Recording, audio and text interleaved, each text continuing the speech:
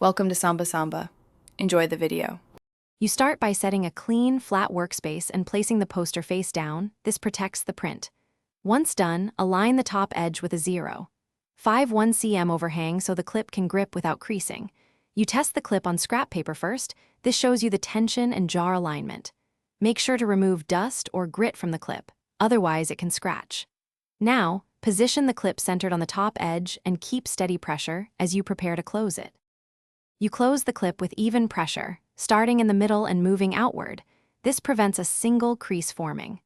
Once closed, flip the poster over and check for flatness. If the edge lifts, reposition and reapply. For wider posters, add a second or third clip spaced roughly 10 to 15 cm apart. They share the load and keep the poster straight. If the poster is flimsy, slide a thin cardboard backing behind the clipped edge to add rigidity and reduce curl while hanging.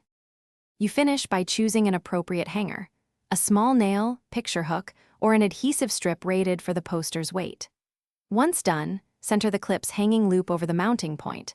Check level and adjust within a 0.5 cm tolerance for a straight display. If the poster slips or droops, make sure the clip is seated squarely.